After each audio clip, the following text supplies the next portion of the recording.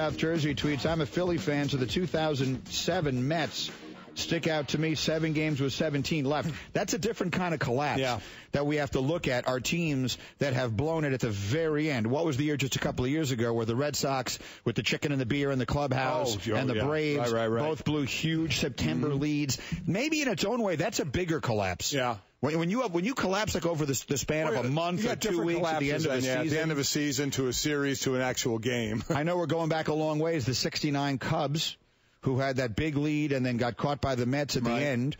And you talked to a lot of the guys on those Cubs teams, and frankly, a lot of fans in Chicago old enough to remember they've never gotten over it. That is a different kind of collapse. How would you as an athlete quantify the difference between those collapses? Well, to me, it's a bigger collapse in the playoffs. When you're actually in the playoffs, you're there, and then you have that huge lead, a 3-0 series lead or game lead, or you're one strike away, and you let it slip away. Guys, get me that September from 2 years, 3 years ago, whatever year it was, the Red Sox and the Braves, and what their numbers were in September, and how they let that get away. And in both cases, it went down to the final night.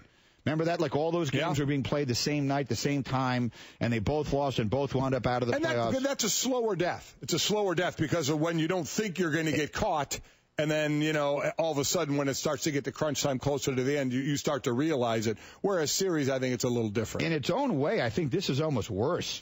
I mean, that every single day you wake up, all right, is today going to be the day that and it builds and it builds and it builds. I think that might actually be I don't know if it's worse, but I know this, they're all bad. They're bad, but you know what? You put some numbers to it, we can have this debate. We'll come back in 10 seconds.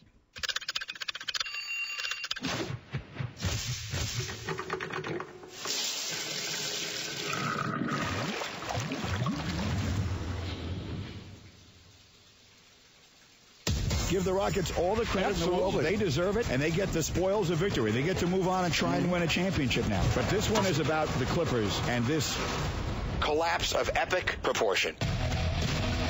Epic collapse is the theme of the day. Mike and Mike off to a clean start, brought to you by Nivea Men's Sensitive Shaving, Face Care, and Body Wash products. So going back now to 2011, heading into Labor Day weekend, September 2nd, the Red Sox led Tampa Bay by 9 games. The Braves had an 8.5 game lead on St. Louis. And fans, as you might recall, were talking about how it was just boring. There was going to be no drama whatsoever in September. And in the end, both of those teams wound up completely collapsing and getting knocked out on the last night. It went all the way to the last night. And so we'll get, guys, put together the actual numbers on what they did in that month. Just what the Red Sox record was in that month and what the Braves record was in that month. Because in its own way, when you collapse over the course of a month, that may be worse. I mean, the Yankees and Red Sox, which we're talking about in 2004, that all happened in the span of like 5 days. Right. Whereas this happened over the course of Boston went 7-20 in September. I still don't put it in the same category of a series or a game in the deeper into the playoffs that you are. Once you're in, this is bad. Don't get me wrong. This would be awful because the position you think you're in with a month to go, that you're, basically cruising a bit and preparing for the playoffs, and then you find out you're not even going to the playoffs. But to me, it's not as bad as getting to the playoffs, having that huge lead in the playoffs, and letting it slip away. More Twitter reaction, 1-800-Flowers.com Twitter feed. Justin tweets at us, Spurs in Game 6 against the Heat a couple of years ago. That's the legendary Ray Allen shot.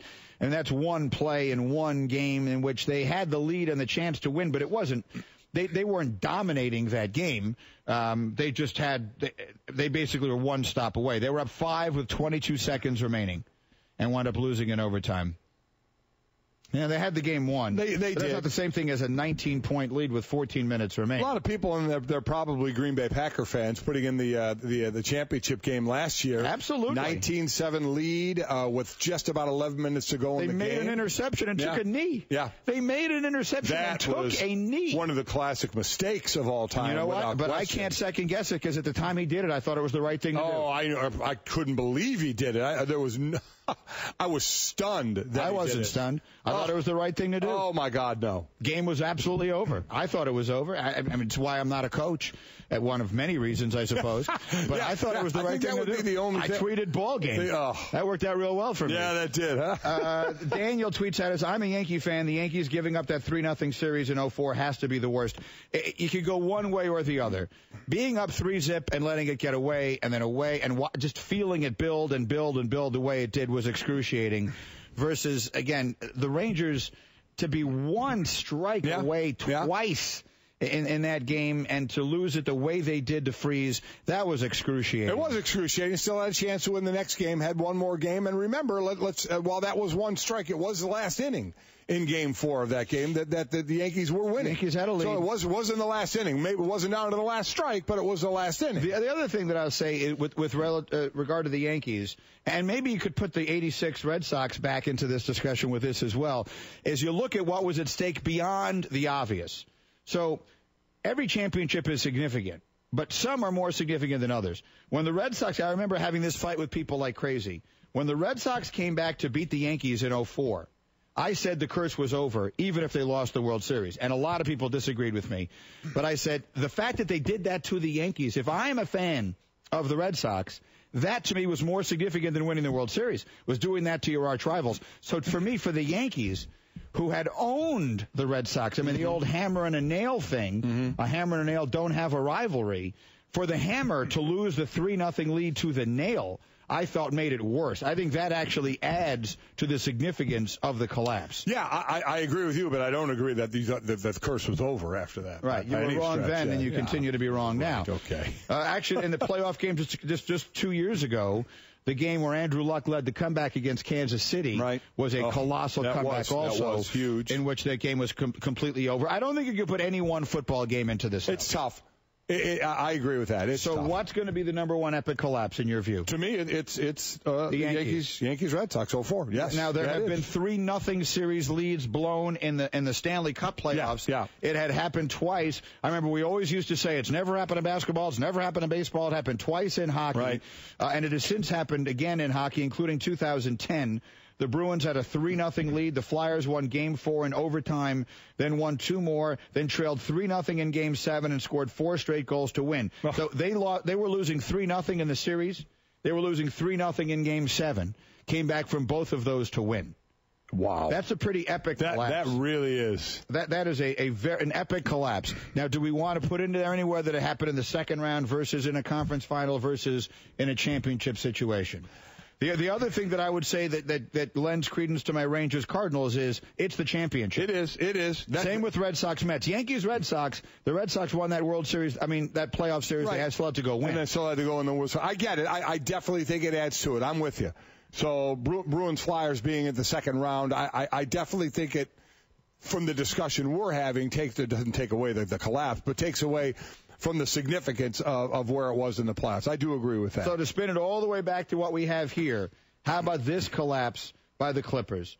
And the fact that they lose it the way they do, the fact that it falls apart for them the way it does, I mean, that's something that is kind of going to stay with them. And Blake Griffin after the game saying the Clipper curse has already been reversed. I don't know. I saw a whole Magic Johnson tweeted yesterday, the Clippers are still the Clippers. I thought that they had learned how to win, but I was wrong. The Clippers are still the Clippers. The Clippers are better than the Clippers. You know, if you know what I'm saying, they are better than what the Clippers were. Now it's to the next level. You know, that's what we've seen. We've seen bad teams get to a level. Now what's the next level? You know, I think that's where we are with the Clippers right now. And a lot of people thought the next level was going to be this year.